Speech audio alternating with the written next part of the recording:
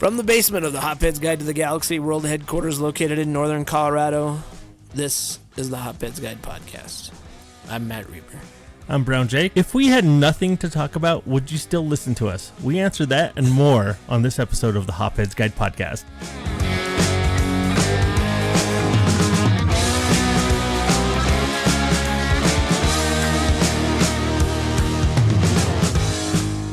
Glad you work on something. I'm glad you have a book of fucking insults on me. You can't look up goddamn beer news, you motherfucker. There's only 3 pages of insults. They're not insults. Some of them are actually quite flattering. But this one isn't. This one, here, I will say something flattering. Okay.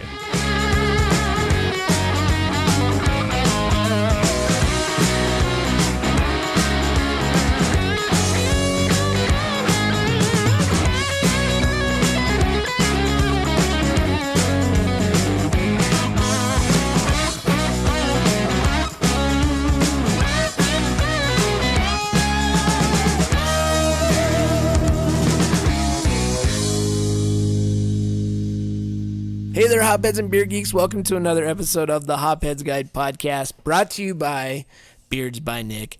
With me, as always, is the man who puts I can in Mexican, Jake the Brown Guy. Oh, thank you. I wish you used that after I won the fantasy football trophy. It'd be more filling. No such thing. I was thinking with 4th of July coming up, you'd be like, this is the guy that only still sings Fireworks by Katy Perry in the shower. That would have been a good one. I did have a 4th of July one, but this episode, this episode didn't feel like a 4th of July episode, so I was like, I'll save it for next 4th of July. I'll save the fireworks. I do have one about sparklers. I could use that one. You're running out. You better start. I got some other ones that are just hidden. Is this what you do at night? You just start writing? They come to me in my sleep. And then you walk to me. Is that an R? Does that look like an R? What's that? You know what that word is? What did I write here? What is that word? Pulling the Seinfeld episode. Came up with the best insult ever. I can't read it. Fucking read it. They're not insults. This one was positive. It was positive. It was very positive because you know what? You can, my friend. I know I can. I don't know what you because I'm can. Mexican. Well, thanks for the insult. I can be insulted. I also, on the Father's Day episode, I said that you put the fat in Father's Day. I know you did. It's still an insult. That's not an insult. Yeah, it is. It's insults are in the eye of the beholder. The beholder? It's very perpendicular or proprietary to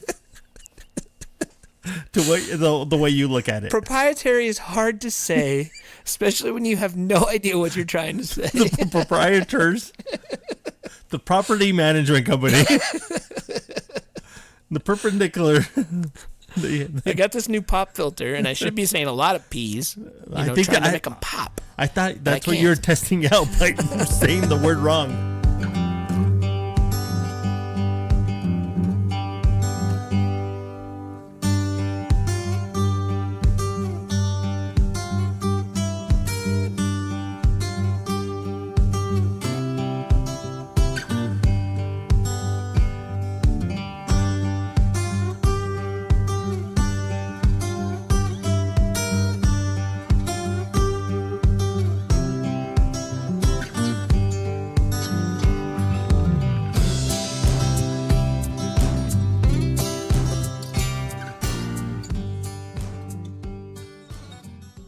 there, hopheads and beer geeks. Reber here to tell you about Beerds by Nick.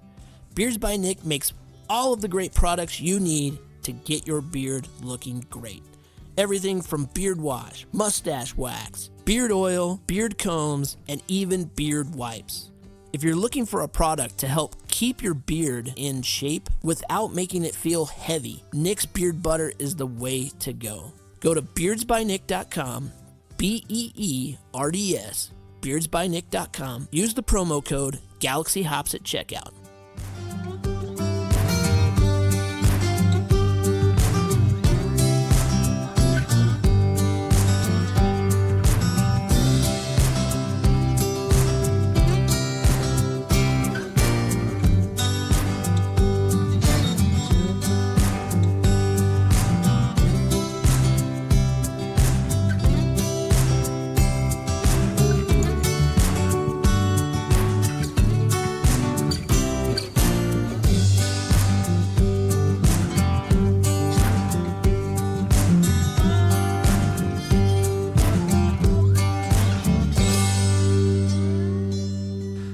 The one thing that's going on here this weekend is the Colorado Brewers Festival, which is the original location of the Coin of Destiny.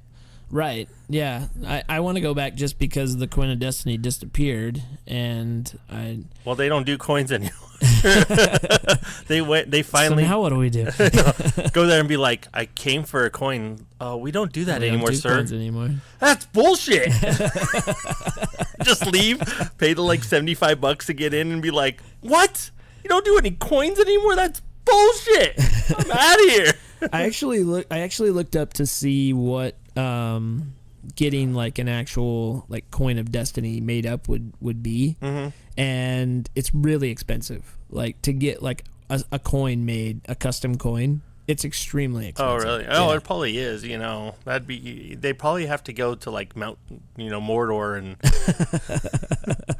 get the finest ore. Yeah. We could ask. We have a new guy that started. His name is Mike Orr. He might know where to get the Maybe finest he ore. knows. Yeah, we can see. We need to find. Actually, that would be kind of cool. We need to find something and melt it down and make a Coin of Destiny out of that. Yeah. Like maybe get once like our first mic goes out, like we're just tired of it, we just melt it down. Turn it into a coin. And we turn it into the Coin of Destiny. Have like a campfire ceremony where we melt it down and like a Viking funeral, but then we'll have to go swim after it. I have no idea how to smelt a coin though. How do you I'd smelt a mic out. Into a coin? It's probably on Wikipedia. I'm sure I can make the like kiln. I mean, really, all you need is probably like a torch and some way to somewhere to get the heat centralized to get it hot enough. I could see it like I'm picturing this, and it's like Iron Man. I could see you in a cave with the mask on, going ding, ding, ding, and all this cut scenes of all this work you're doing, and then you're like. Ding, ding, ding, and a little coin just falls out. And you're like, this is what I came for. The Coin of Destiny. And the guy's it's like, all crooked. It looks like one of those pennies that you put in the smashing machine. This is what we're going to flip, and it's going to lead us to the future. That's awesome, but how the fuck do we get out of this cave? But I actually wanted to go because of the location they were having it. They took it out of Old Town, 3 years ago? Yeah. And they put it at one of the parks. Right. And it didn't go over that well. And now they decided to use what I think is a great asset for Fort Collins is the new CSU Stadium. Yeah, I think it's a great location for it. And honestly, when it was in Old Town, it wasn't even really a beer festival. It was just a giant Old Town party. Because you didn't. I mean, you went to the beer festival until you ran out of tokens, and then you went and sat in a bar. Yeah. Like it was. You were standing in line, and then you noticed people at the bar right across from you leave their balcony table, and you're like, "Let's go sit over there." Right. Yeah. Let's you were get so out of hot this. that you were just you were like, "Oh man, I just need to get some shade." And after your 3 beers, you're like, "I just need some whiskey." So, but I think I want to see what kind of reviews they have from it. I hope it kind of brings back, that it was one of the beer festivals that I always looked forward to every year. But I'm hoping this kind of brings it as another like, oh man, it was such a great time. You have to check this out. They have it out on the field or something. Like everybody talks about, Wade was here and he was talking about going out to North Carolina and they're doing a festival on Panthers Field. Now granted this is a college field, but that'd be kind of cool just being out and kind of checking out the stadium. I think that I love that stadium. We went and saw the Arkansas CSU game, and I thought they did a really good job with that. I wasn't a big fan of the stadium when they were like talking about building it. I was this doesn't make sense to me. But honestly, now luckily they built a good infrastructure around it with transportation and everything like that, so that now we have a way to get into the stadium without having like the traffic and crazy issues like we had before. Yeah. Because you can take the train or the Max Line bus and basically, you can park on the other side of town. You could actually go, and your tailgate could be going to bars in Old Town. Yeah. And then take the bus to the stadium. Which is what we did. Yeah. Essentially. So yeah, it's a good spot for it. I wish I could go, but it's also going to be 90 degrees tomorrow and not. And honestly, that's another thing is I'm kind of over beer festivals. Yeah. I'm not. I want to try new ones that are unique, like Weldworks Invitational. It's one that I feel like I need to go to because it seems like a unique experience. Even though nobody was talking about it really this year, like it was. I didn't see a peep about it. Last year it was like the most glorious festival ever known to man, and this year it's just like I didn't see a word on it. Actually, I think the page I went to go see about Weldworks was the one I saw the lady in Australia going, fuck you and Bev, She was like, how'd you take this was such a good beer. I was like, oh look, a craft brewery in Australia. And then she turned it, fuck. And so that's why I was like, well no, but nobody talked about it. Like it was, I was waiting to see I got to try blah, blah, blah. And they had blah, blah, blah on tap. It was more the breweries going, we're kicked. I was like, okay, that's awesome. It seems like the festival's only been going on for like an hour and a half. So I'm glad I didn't go, If you didn't go to the first session and weren't there within the first few minutes. Yeah. I mean, the one good thing that I did hear was that they got everybody in super quick. Oh, that's good. Which they were bragging about that during the interview whenever we interviewed with them, that they were, they got everybody in like 2 minutes or something like that. Okay. Which basically to me tells me that they just loaded everybody into a dump truck, backed the dump truck up to the door, and dumped everybody out and said, go for it. Actually, they may not even check tickets. They're just like, the doors are open. Go on in. Who's going to sneak into this thing? Nobody. Nobody's going to want to try to sneak in. That's how we should have just went and just snuck in, and we just walked in. Yeah. It just looked like we were supposed to be there. Hey. You want an interview? I don't care. You're kicked? Oh, well, too bad. One of the companies that does the RFID tabs for these pour yourself tap houses. Okay.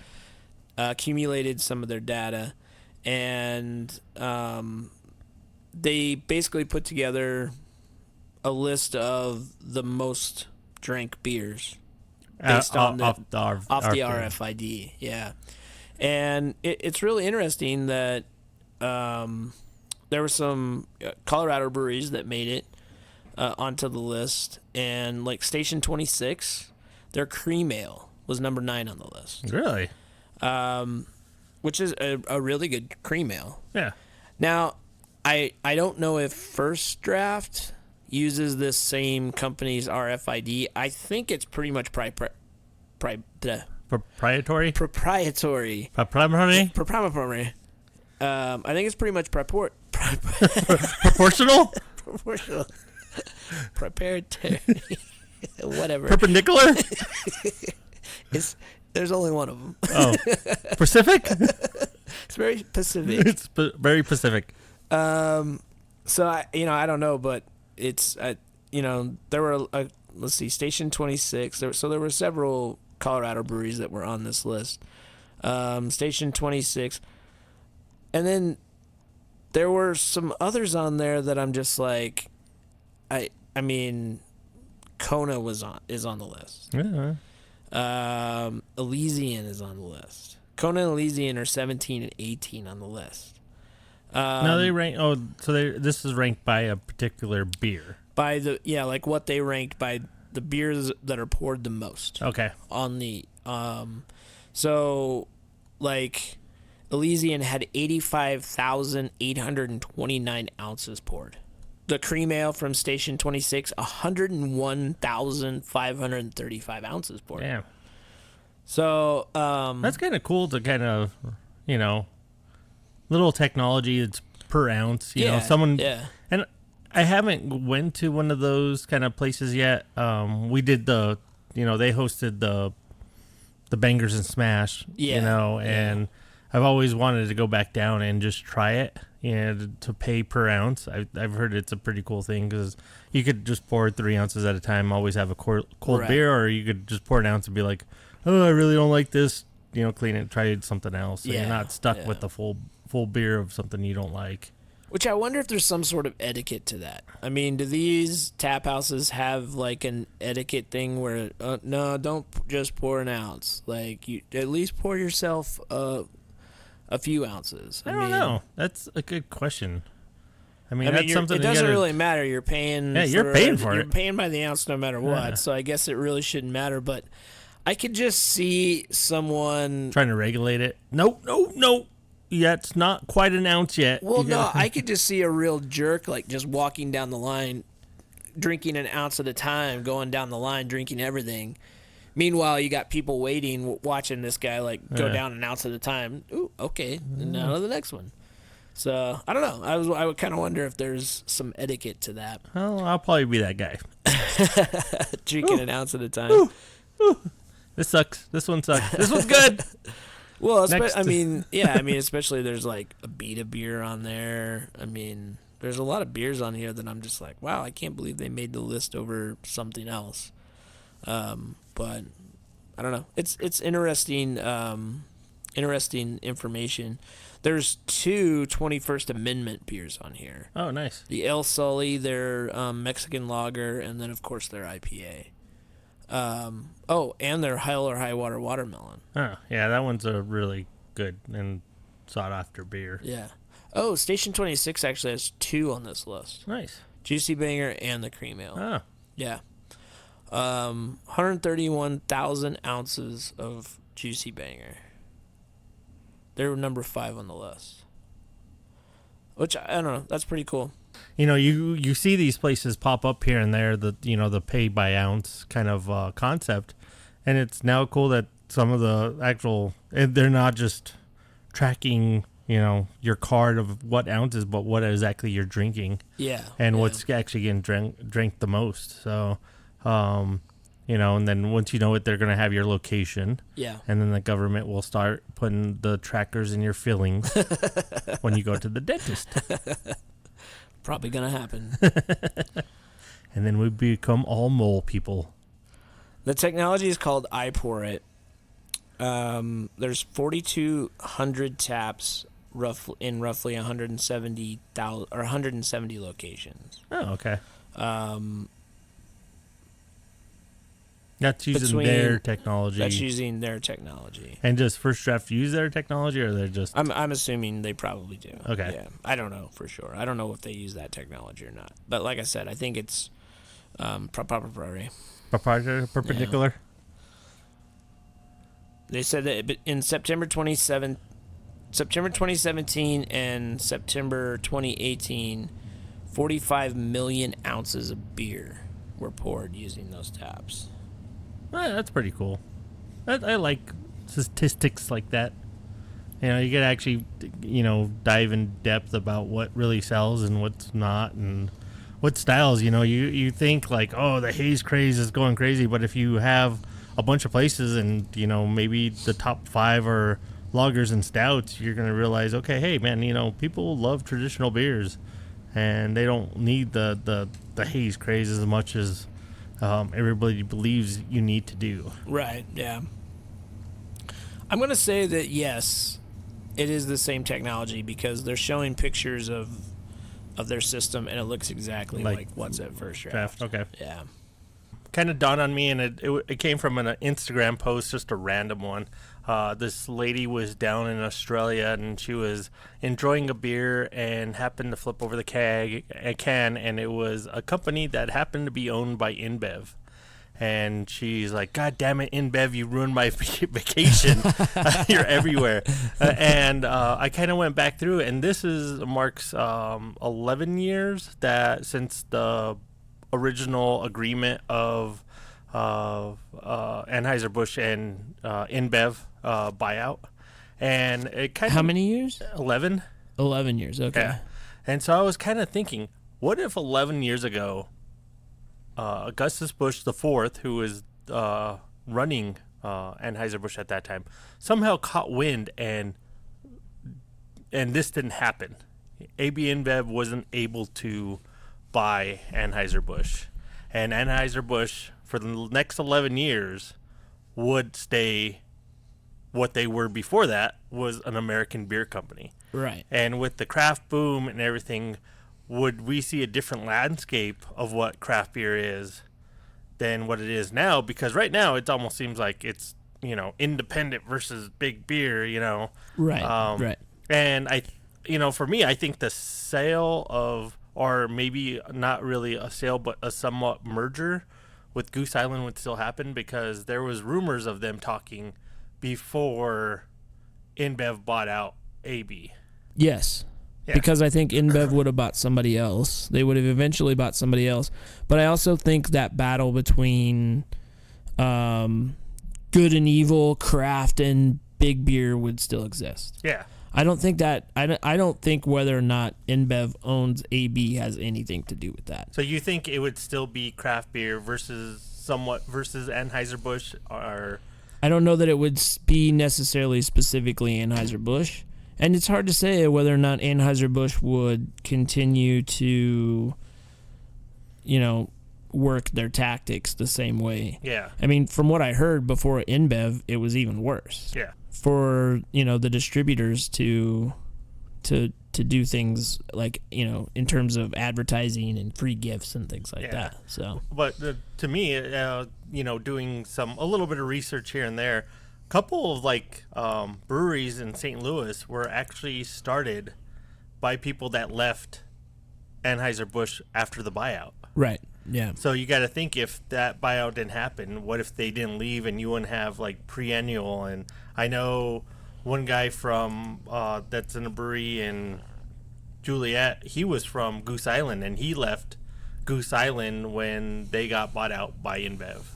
So it's just kind of funny how I was trying to do research, and nobody's really went deep into it, of how many of craft breweries were from Anheuser-Busch roots, that people started there and they were like, oh my God, screw this buyout, I'm going to go do my own thing.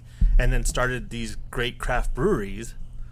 Yeah. And would they actually still be at Anheuser-Busch doing still their own thing if they didn't have that buyout? So it was kind of throwing me off, was oh, that'd be, change. It would kind of change the landscape on some of these breweries a little bit here and there, but we might not have some of the bigger name ones.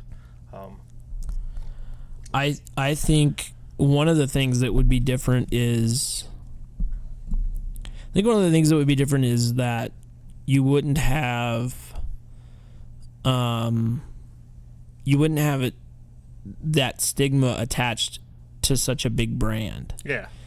I could see InBev going and buying up some Heinekens and things similar to what other companies have done, but maybe not just AB. Maybe they would have gotten hold of Coors a lot earlier than they did. Yeah, because Coors merged with Molson after the AB sale. So, so they would have probably been on the market. The other thing I could see is maybe AB and Coors merging before that to try to, keep it both great American beer brands American. Right. And starting their own little thing to, combat this Brazilian AB InBev company trying to come in. Yeah. But I could also see InBev going to larger Founders and Avery sooner and trying to buy them out. trying to, get in some of the craft beer, or even Boston Beer Company. It's one of those things where you'd like to see one of those, like alternative universe, like something that could what if this happened? You take one thing out of the equation and see how it plays out, It's always like the butterfly effect, and I kind of just thought about it, because I remember growing up and everybody, one of my first beers I've ever had was a Bud Light, and all my family drank Bud Light, and right now if you went to a party and everybody just, the guy just had only Anheuser-Busch products, you're kind of like, but it used to be a brand that people were, really proud of. And, hey, grab me a Bud, let's go, let's go have a beer. And I remember when we first started hanging out, we'd go to the bar, and usually the first beer we'd get was a Bud Light because, well, one, we're broke, and it was just the cheapest thing. And it was $1 Bud Light hour at Pitchers or something. So, but it's kind of one of those that I was just like, man, that would be how the landscape would have probably changed. Because I actually think if InBev went and bought Coors, I think Anheuser-Busch would lead a kind of American versus big beer kind of movement, not just independent. And they had some backing from some local craft breweries for that, and the landscape may have changed of, them maybe doing contract brewing if their sales have went down, and see the influx of that. So right. I don't know. That's interesting. I'd like to. I guess I don't really know the history when it actually happened. Yeah. Honestly, I didn't really know that they had gotten bought out for a couple of years. It was a couple of years before I even realized that they had gotten bought out. And at the time, I really didn't care. Yeah. I was like, okay, whatever. You're at Odell's going. It doesn't mean anything to me. It doesn't change the beer that I'm going to drink today. That's for sure. Yeah. So I got my Nitro Cutthroat right now, and I'm going to go over to New Belgium. And then when I get down there, I'm going to...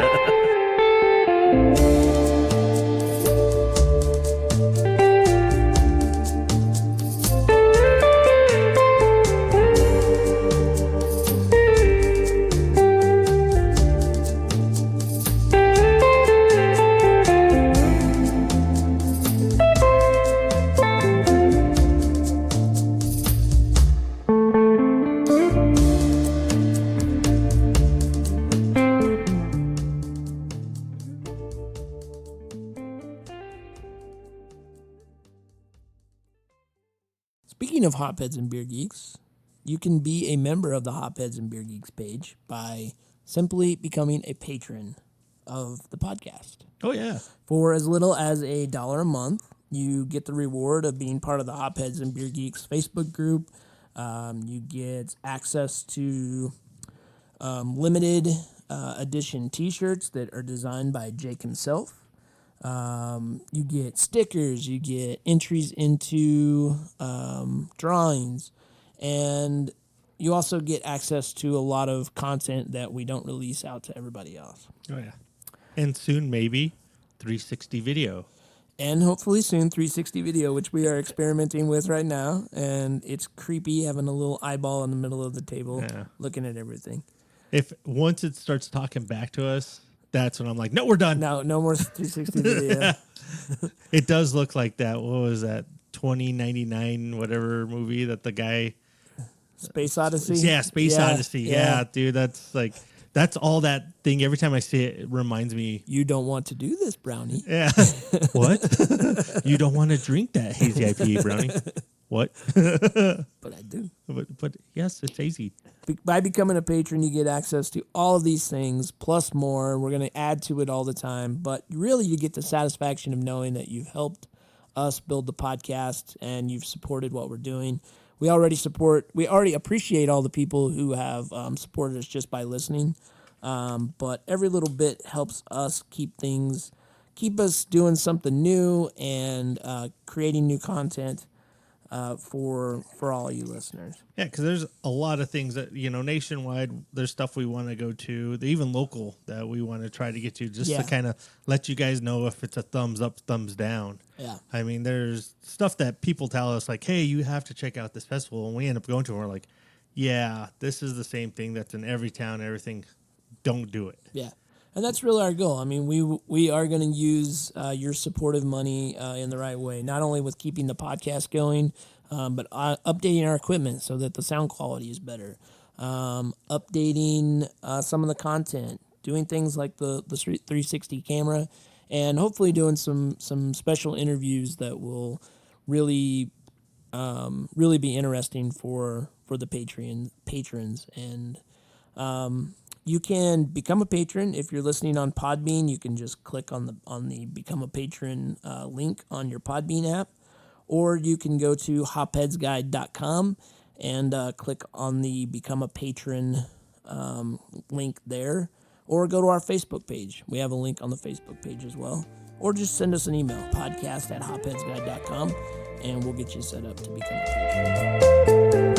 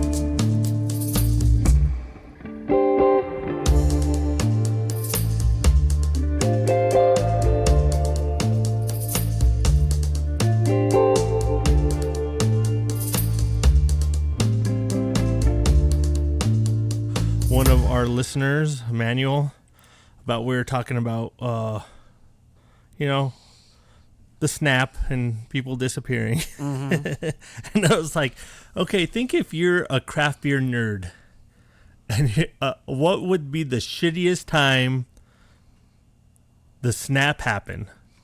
And Thanos' snap happened. Would be the worst time. And what would be your worst time? Now, granted, you may lose your wife, your kids, and everybody else during the snap, but there's worse. But think about it: you're a craft beer nerd, of your loved ones, and you're at WeldWorks. You've been in line. It comes up that you finally get your anniversary, and Neil says, "Hey, this is our last bottle. I'm going to sign it." And as he's going to hand it to you, poof, and the bottle falls and breaks. So wait, Neil Yep. disappears, but you don't. No. You stay around. Yeah. But the people around you, they, but it's craft beer. So I was like, think of it like you're hanging out with a buddy and he's like, all right, dude, finally, hey, dude, you know what? I'm going to finally pull out that bottle that I've had cellared, you always want to try, the outlaw that you've been bugging me about. And he goes and grabs it and he's walking towards you and then poof, there he goes, and that bottle just falls and breaks. Yeah, I guess that would be a bit of a bummer. Like you've waited all that time, and then there it is on the ground. But to that, most of the people in the bar would also poof, so you might be able to, now you're at the beginning of life. Now, if everybody behind the bar at WeldWorks poofs, I'm free for all. I'm going for a free for all. I don't think there's no stopping. I'm gonna be breaking the law. I'm gonna go get the growlers from my car and fill them up at WeldWorks. WeldWorks becomes an I pour it. Yeah, and we're not charging you, and we're not we're not going to track what you pour. Or like you're talking to somebody and they're like, all right, this is your favorite recipe. I'm finally going to tell you what my secret ingredient is. It's son of a bitch. Finally went and watched Endgame. Come to find out that Thor really loves craft beer. I know, right? Creature comfort, man. Yeah. Oh, God. Yeah, and he drank a lot of it, too. Oh, yeah. It sounded like he just drank the shit out of it. Yeah, so, yeah, it was one of those things that I laughed about, that I was like, man, I noticed, I know that can from somewhere, and eventually it, like, came up on some board. I was like, yeah, Thor flies, it comes all this way from Asgard and gets hammered on craft beer. The new advertising, I don't know if this is coming out by the Brewers Association. I don't know if you've seen any of it. Make Independence Day independent. Only drink independent craft beer. Look for the label. On Independence Day. On Independence Day. Okay. You're like, oh, all right. I will. I will, Brewers Association. I'll look for it, but I'm going to drink what I want. I look for it, but most of the time I look for it after I've opened something and go, does this have a label? Turning the can upside down. I don't look for it. I honestly don't. Yeah, I just stop. I buy what I want to buy. Like, but I think we're like knowledgeable in craft beer that you kind of know, you know? Yeah. And so you can't really, but if it's something I really want to try, I'll probably buy a 6-pack. Like, I really want to try Goose Island's Dry Hop 312. You know, so if I do see it somewhere, I'll probably buy it. Yeah. You know, I understand it's InBev, but I kind of really want to try it. I've heard people say that's really good. So, and trust me, I would like to try to get a fresh can of it, not like 8 months old. But right. I mean, there's not much going on. It kind of seems like it's a died off summer. You know, I thought we were going to have some raves about some certain beers from the Invitational. I thought I would hear more about the Burning Can Festival. And it seems like everybody was like, oh, yeah, it was a good time. Honestly, man, like, I hate to say it, but, like, it's getting uninteresting. Yeah. The industry, like, we're in this rut of hazy IPAs, and it's just not interesting anymore. Oh, okay, you made the same beer with some different experimental hop. Yeah. That's great.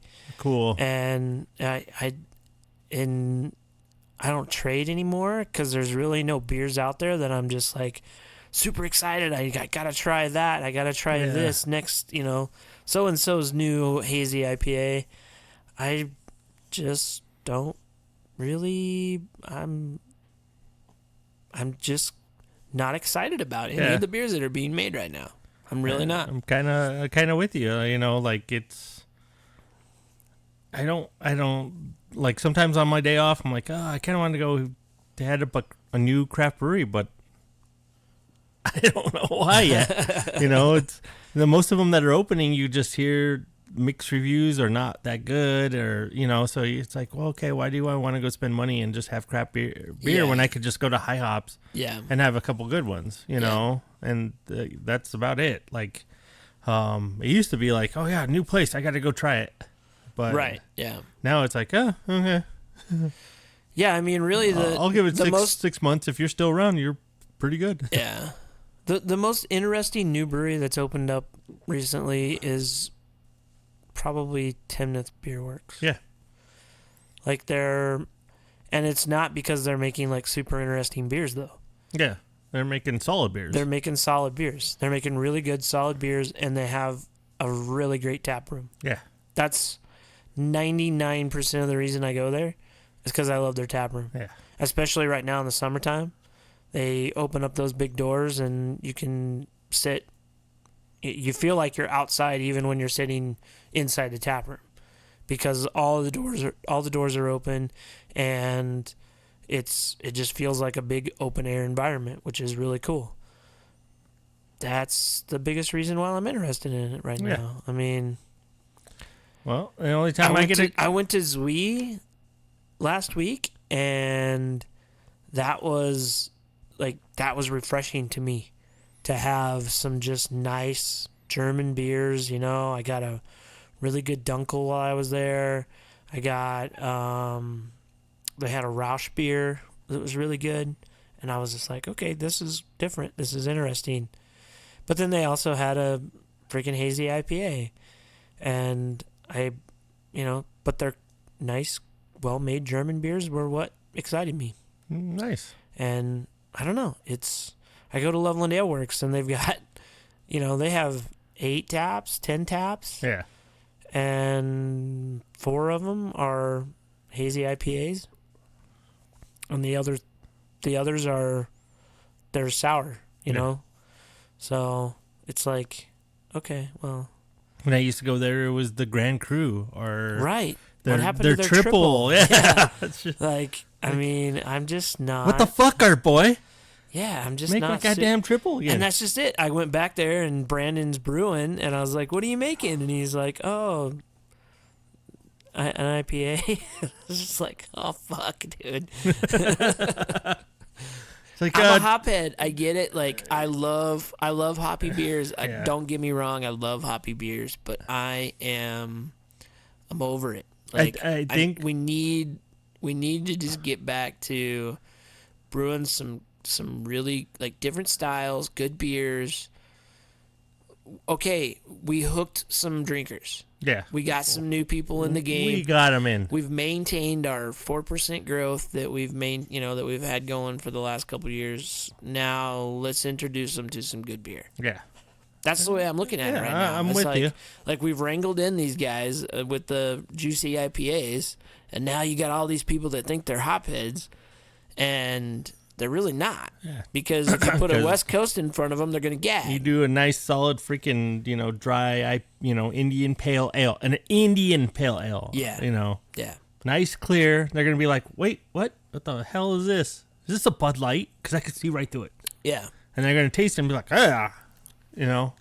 But that tastes familiar to what I've had.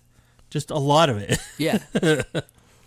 And it's the same way with beer festivals. I mentioned earlier that I'm kind of over beer festivals, and it's the same thing.